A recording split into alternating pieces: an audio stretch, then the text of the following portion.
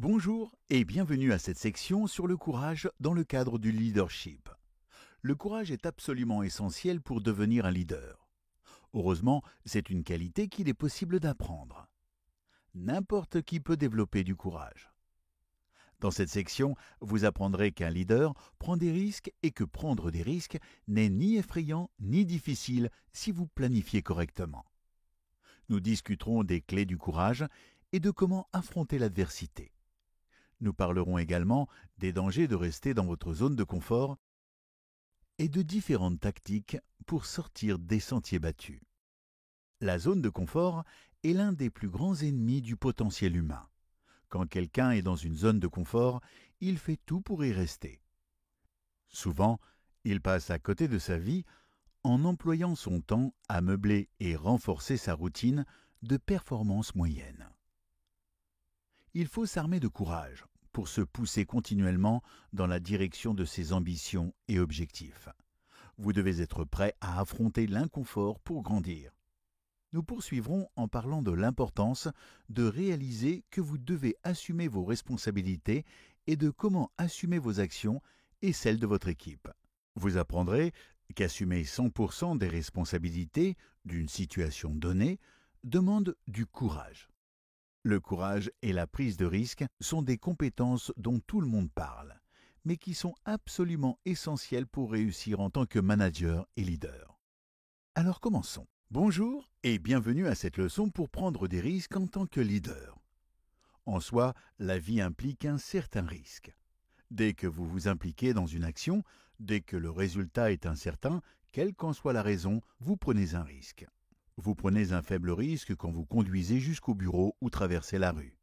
Vous prenez un plus grand risque quand vous lancez une société ou investissez de l'argent.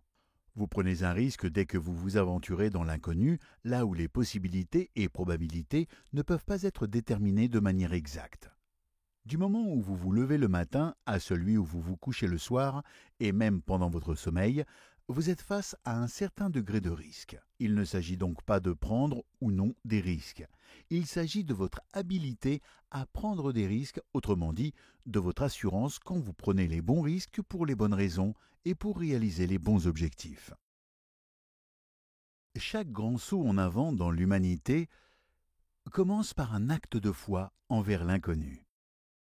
Les hommes et les femmes qui accomplissent des grandes choses sont invariablement des hommes et des femmes qui ont foi en eux-mêmes et en leurs capacités.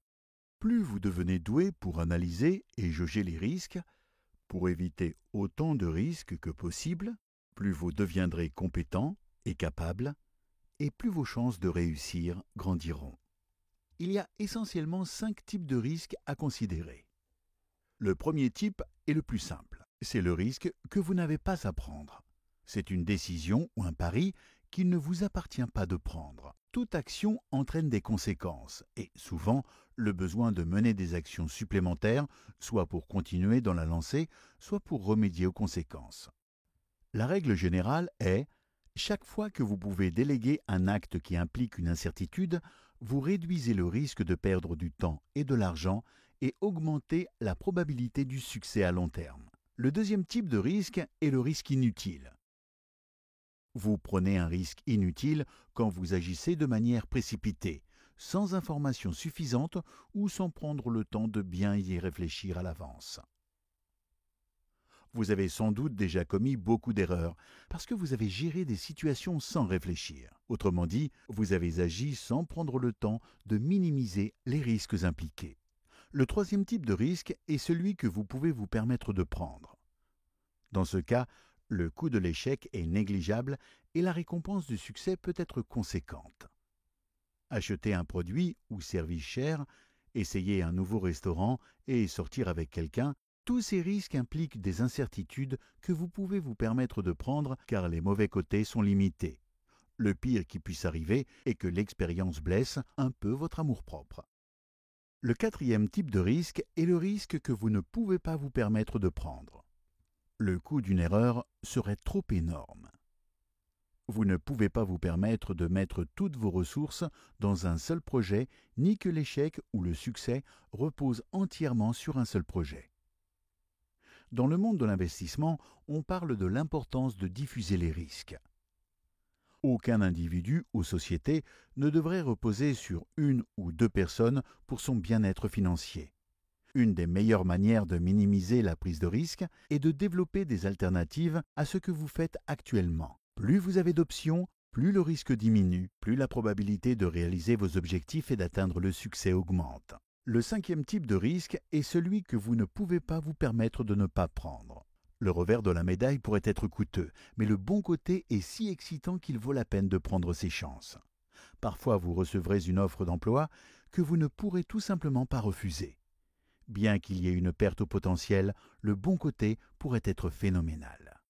Les tactiques dont nous avons discuté durant les leçons sur la vision sont une bonne manière de surmonter la peur de prendre des risques. Vous fixer et écrire des objectifs clairs et mesurables et réexaminer régulièrement ces objectifs. Quand vous avez des plans et objectifs clairs, que vous travaillez continuellement à leur accomplissement et évaluez vos progrès chaque jour, vous verrez ce que vous faites bien et comment améliorer vos performances. Vous vous sentirez plus compétent et capable, et mieux dans votre peau. Vous serez plus vigilant et prêt à assumer des défis plus importants à l'avenir. Vous vous sentirez maître de votre destin et capitaine de votre âme. Et votre peur de prendre des risques diminuera de plus en plus. Une des meilleures manières de développer votre capacité à prendre des risques intelligents est de faire ce qui vous fait peur consciemment et délibérément, un pas à la fois. Sauter d'un avion sans parachute, ce n'est pas prendre des risques, c'est plutôt être idiot. Ce que vous devez faire, c'est résister à la tendance naturelle de vous reposer dans votre zone de confort, d'autosatisfaction et de basse performance.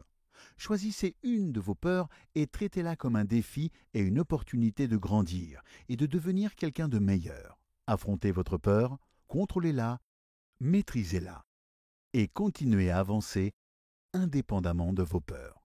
Voilà la marque d'un leader. N'oubliez pas que l'avenir appartient aux preneurs de risques. Bonjour et bienvenue à cette leçon sur comment sortir et rester hors de votre zone de confort. La zone de confort est sans doute le plus grand ennemi du succès chez l'homme. C'est la tendance naturelle de l'être humain à se complaire dans ce qu'il a l'habitude de faire, quoi qu'il se passe autour de lui, et à résister à tout changement, qu'il soit nécessaire ou demandé. Voici l'exemple d'une société qui est restée dans sa zone de confort et qui en a payé le prix. Nokia a dominé le monde des téléphones portables pendant une décennie.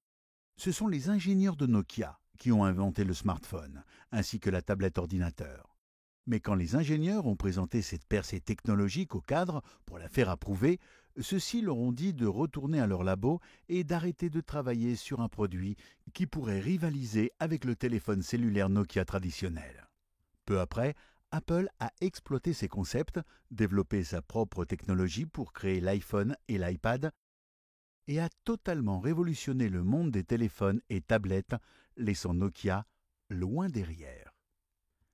Tout cela parce que des cadres ne voulaient pas sortir de leur zone de confort. La zone de confort est une barrière naturelle à la créativité. Les gens ont une tendance naturelle à résister aux nouvelles idées, à refuser tout ce qui est nouveau ou différent. Prenez un moment et demandez-vous, votre société encourage-t-elle son personnel à prendre des risques et à suggérer de nouvelles manières de faire ? En tant que leader, pouvez-vous faire plus pour encourager la créativité et la prise de risque ? Dans toute organisation, il existe une relation directe entre créativité et bonheur. Les employés et cadres heureux et appréciés sont toujours plus créatifs. Quand les gens se sentent appréciés, importants et respectés dans une organisation, des bulles de créativité se forment naturellement. L'optimisme, la bonne humeur et le rire encouragent la créativité. Alors comment stimuler votre créativité et celle des autres, sortir et rester hors d'une zone de confort ? Voici 3 conseils faciles. Commencez par votre état d'esprit. Si on vous présente un nouveau projet ou tâche qui vous fait douter, forcez-vous à prendre les choses en main et commencez par vous dire « je peux y arriver, je peux y arriver ». Répétez-le en boucle. Tout changement ou amélioration dans le comportement externe commence par des améliorations dans le concept de soi, la manière dont nous nous voyons et sentons, ce que nous pensons de nous-mêmes. Autrement dit, tout changement dans le monde extérieur, dans l'individu extérieur, commence par des changements dans le monde intérieur. Commencez en interne en vous disant « je peux y arriver » et manifestez le changement en externe en sortant de votre zone de confort. Deuxièmement, prenez votre temps. Parfois, ralentir la cadence suffit à vous rendre légèrement mal à l'aise et vous sortir de votre zone de confort. Si vous vous sentez écrasé par un projet, utilisez ce que j'appelle la méthode tranche de salami. Listez vos idées et prenez votre temps pour écrire chaque composant ou étape dans l'ordre. Ensuite, engagez-vous à avancer une étape à la fois jusqu'à ce que votre projet inconfortable soit complété. Et dernièrement, réalisez que le pire qui puisse arriver quand vous essayez quelque chose de nouveau est d'échouer. C'est tout. Essayer quelque chose de nouveau est une victoire en soi, et vous risquez uniquement d'apprendre quelque chose en chemin.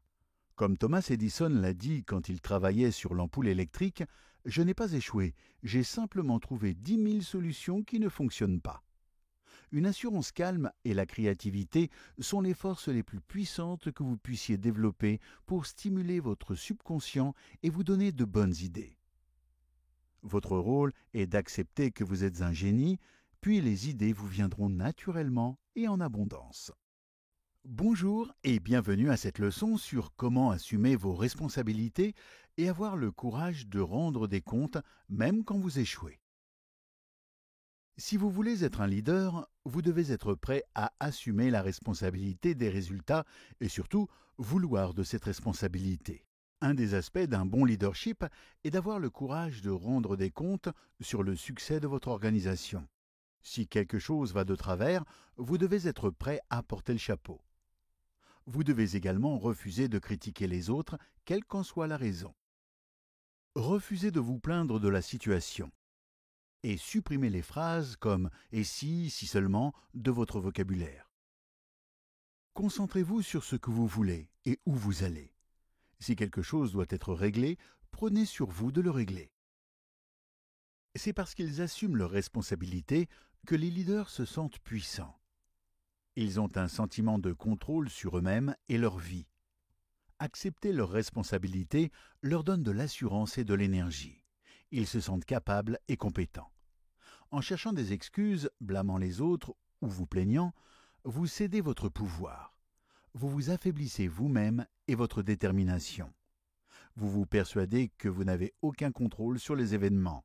Les grands leaders pensent avoir le contrôle, sans quoi ils ne peuvent pas être des leaders. Au lieu de prendre l'initiative, ils seraient passifs et résignés. Même si vous travaillez dans une grande entreprise, vous devez être entreprenant. Les leaders s'imaginent être présidents de leur propre société de services personnels et ont une attitude d'entrepreneur. Cette attitude accentue leur sentiment de responsabilité. Un leader qui assume ses responsabilités a 7 responsabilités clés qui ne changent jamais indépendamment de la situation et de l'organisation et devraient être prises dans une certaine mesure chaque jour. D'abord, les meilleurs leaders fixent et réalisent leurs objectifs. Ils identifient exactement ce qui doit être accompli dans chaque domaine majeur de l'organisation et sont capables de réaliser ces objectifs. Autrement dit, vous devez soit fixer, soit mettre à jour des objectifs de croissance de vente et de rendement global. N'omettez aucun domaine. Lors de la planification stratégique, pour atteindre ces objectifs, assumez la responsabilité de comment ces objectifs sont atteints et, s'ils ne le sont pas, tirez-en une leçon. Deuxièmement, innovez et promouvez continuellement. Ne vous contentez pas de poursuivre ce que vous et votre organisation faites depuis toujours, car ce n'est pas comme ça que vous attirerez de nouveaux clients. Ce n'est pas comme ça que vous atteindrez les objectifs que vous avez fixés dans la première responsabilité. Vous devez continuellement innover et trouver des manières nouvelles, meilleures, plus rapides, faciles et abordables d'effectuer le travail. Troisièmement, résolvez les problèmes et prenez des décisions. C'est à vous de surmonter les obstacles et les barrières sur la voie du succès et de prendre les décisions difficiles qui accompagnent votre poste. Chaque objectif non réalisé est un problème non résolu. Ne pas atteindre vos objectifs de vente est un problème non résolu. Vous faire continuellement battre sur votre marché est un problème non résolu. La quatrième responsabilité clé est d'assumer complètement la responsabilité de fixer des priorités pour votre équipe et de vous concentrer sur les tâches les plus importantes. Aucun leader ne dispose d'employés, d'argent ou d'autres ressources illimitées. Votre rôle en tant que leader est de savoir comment déployer les ressources de l'organisation de la manière qui contribue le mieux au succès global de la société. Cinquièmement, soyez un exemple à suivre. Les autres surveillent vos actions et imitent votre comportement et attitude. Dans votre caractère, votre personnalité et vos habitudes de travail, vous devez montrer l'exemple que vous désirez voir chez les autres. Sixièmement, persuadez et inspirez les autres à vous suivre. Les leaders encouragent leurs équipes, services et départements à croire à leur vision, leur mission et les objectifs spécifiques qu'ils ont fixés pour l'organisation. Un leader sans partisans n'est pas un leader, quelle que soit sa position. Nous parlerons plus en détail de la motivation dans le leadership et de son importance dans la section suivante. Et dernièrement, la septième. La responsabilité d'un leader est d'obtenir des résultats. En tant que leader, il est attendu de vous que vous obteniez des résultats et fassiez votre travail. Pas d'excuses, pas de raison acceptable de ne pas les obtenir. C'est la responsabilité la plus critique de toutes. En tant que leader, vous devez vouloir être responsable et assumer cette responsabilité. Vous devez vouloir être responsable des autres et de leurs résultats. Vous devez assumer ces responsabilités. Quand vous ressentez le désir de mener, vous ne laissez pas les circonstances extérieures vous ralentir. Voilà pourquoi ceux qui ont en eux le feu du leadership n'attendent pas qu'arrive le bon moment. Le bon moment, c'est maintenant. Une des compétences de leadership les plus cruciales liées au courage, c'est d'être capable d'initier des discussions difficiles avec des membres de votre équipe et de les mener avec succès. Pensez à la semaine ou au mois qui viennent de se passer. Vous pouvez certainement identifier une situation, une conversation que vous ne vouliez pas nécessairement avoir. Peut-être que la simple pensée d'avoir cette conversation vous a rendu anxieux, mal à l'aise. Il se peut que votre anxiété, avant cette conversation, ait été bien pire que la conversation elle-même. En vérité, les conversations difficiles n'ont pas besoin de l'être. Il suffit de savoir comment les mener. Dans cet exercice, nous allons pratiquer comment mener une conversation difficile avec un collègue, ami ou membre de votre famille en suivant des étapes spécifiques nécessaires pour assurer le succès des deux côtés. Avant de vous lancer dans une conversation, identifiez le sujet de la conversation en question. Quel est l'objectif final idéal de cette discussion? Il est impératif de le déterminer avant d'impliquer l'autre partie. Si vos objectifs personnels ne sont pas clairs, l'autre ne pourra certainement pas identifier clairement son implication ou savoir comment répondre. Quelques exemples sont de donner un feedback constructif, de proposer un objectif agressif qui pourrait s'accompagner de réticence ou de trouver une solution à un problème qu'un autre pourrait ne pas accepter. Une fois que vous avez déterminé votre objectif idéal, planifiez les points clés de la conversation à l'avance. La liste n'a pas besoin d'être détaillée. En réalité, plus elle est brève, mieux c'est. Mais avoir une liste de points clés pour guider votre discussion vous aidera à garder le cap sur les objectifs de la conversation. Voici quelques points utiles pour cadrer votre conversation. Le premier point devrait être « Pourquoi initiez-vous cette discussion ?» Répondez-y immédiatement afin que les deux parties soient sur la même page. Le deuxième point devrait être « Qu'espérez-vous retirer de la discussion ?» Répétez ce que vous avez décidé à la première étape. Le troisième point devrait être « Assumer la responsabilité du problème ». Souvenez-vous que vous êtes responsable. Assumer la responsabilité, ce n'est pas nécessairement être fautif ou blâmer l'autre.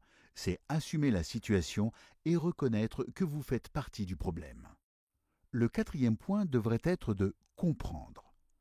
Même si c'est difficile, la meilleure approche à une conversation difficile est d'écouter avec autant de compréhension, d'empathie et de compassion que possible. Comprendre le point de vue de l'autre, même si nous ne sommes pas d'accord, augmente nos chances de pouvoir trouver une solution. Accordez à votre collègue le temps dont il a besoin pour dire ce qu'il a à dire. Le cinquième point devrait être de trouver un terrain d'entente sous forme d'une résolution. Restez direct et ouvert pendant toute la conversation. Quand les deux parties se sont exprimées jusqu'au bout, ramenez la conversation vers la résolution. Répondez à la question « Et maintenant ?» ensemble. Lorsque vous avez écrit vos points clés, l'étape suivante est d'inscrire cette conversation dans votre agenda. La programmer vous poussera à l'avoir. Le jour de la conversation, n'hésitez pas à vous vider l'esprit si quelque chose vous dérange. La dernière chose à faire est d'inviter les frustrations extérieures et de compliquer davantage la situation. Lorsque vous parlerez à votre collègue, restez en terrain neutre en employant des déclarations à la première personne. Parler en « je » nous permet de parler dans le vrai. Idéalement, sans jugement ni blâme. Par exemple, « Je pense que nous aurions pu mieux gérer la situation X » sonne bien mieux que « Vous auriez pu mieux gérer la situation X ». Les conversations difficiles ne sont pas aisées, mais vous n'avez pas à les redouter. En utilisant les outils dont nous avons parlé dans cette leçon, vous verrez qu'elles deviendront plus faciles à mesure que vous les pratiquez. Félicitations, vous avez terminé cette section sur le courage. Dans cette section, nous avons appris que prendre des risques, sortir de votre zone de confort et assumer vos responsabilités en toute situation est essentiel pour réussir en tant que leader. Toutes ces choses ne sont pas forcément dans notre nature et entraînent de la peur. Ces actions demandent du courage. Si vous craignez les responsabilités, si vous renoncez vite par peur, vous ne connaîtrez jamais le succès en tant que leader. Heureusement, le courage est une habitude qui demande de la pratique. Si vous craignez quelque chose, c'est sans doute une bonne chose. Vous devez vous rapprocher des choses que vous craignez, pas vous en éloigner. Plus vous affrontez vos peurs, prenez des risques calculés, sortez de votre zone de confort et apprenez, plus votre courage grandira. Une de mes citations préférées est « Agissez avec audace et des forces invisibles vous viendront en aide » de Dorothea Brande. Quand vous sortez continuellement et audacieusement du rang, les choses se mettent en place naturellement. Les forces, les individus et circonstances conspirent pour vous aider à accomplir les choses de manière dont vous n'auriez jamais pu rêver. Pratiquez l'audace et le courage. À présent, passons à la section suivante de ce cours sur la communication. Une question que j'entends parfois sur le leadership est « Comment puis-je maîtriser mes émotions au travail pour être toujours le plus productif possible ?» Eh bien, tout requiert des préparatifs. Ainsi, pour maîtriser vos émotions, planifiez chaque jour à l'avance, dressez une liste de tout ce que vous devez faire. Si vous avez une tâche importante à faire, décomposez-la en sous-tâches, un genre de liste de contrôle de toutes les étapes que vous devrez entreprendre. Prenez le temps de discuter de chaque tâche avec chaque membre de l'équipe afin que vous sachiez clairement ce qu'ils savent et qu'ils sachent clairement ce que vous savez. Et, quand vous rencontrez un problème, quel qu'il soit, la règle est d'inspirer profondément, de ne rien dire, de ne pas prendre la parole, ni faire de commentaires immédiats. Restez calme. Prenez du recul et laissez vos émotions souffler comme une tempête, puis reprenez le travail. Voilà la manière de contrôler vos émotions.